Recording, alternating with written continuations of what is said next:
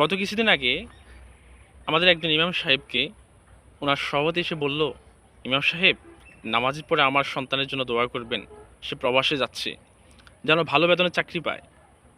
তখন ইমাম সাহেব নামাজ শেষে দোয়া করলেন, হে আল্লাহ, সভাপতি সাহেব আমাকে যত টাকা বেতন দিচ্ছেন, আপনি সভাপতির সন্তানকেও প্রবাসের মাটিতে সেই বেতন ইনকাম করার তৌফিক দিয়েন। নামাজ শেষ হওয়ার পর সভাপতি সাহেব তো রেগে গেলেন, আপনি আমার সন্তানের জন্য আপনি যেই বেতন পান সেই বেতনের জন্য দোয়া করলেন, আমার সন্তান সংসার চালাবে কি, এই টাকা দিয়ে সে খাবে কি, পড়বে কি, আপনি কি দোয়া করলেন এটা? তখন ইমাম সাহেব বললেন, সভাপতি সাহেব, আমি যেই বেতন পাই এই বেতনে যদি আপনার সন্তানের সংসার না চলে, এই বেতনে যদি আপনার সন্তানের সুন্দরভাবে সংসার না চলতে পারে, তাহলে আমাদেরকে আপনারা যে বেতন দিচ্ছেন, আমাকে যে বেতন দিচ্ছেন, সেই বেতন দিয়ে আমরা সংসার কীভাবে চালাই? একটু কি চিন্তা করে দেখেছেন?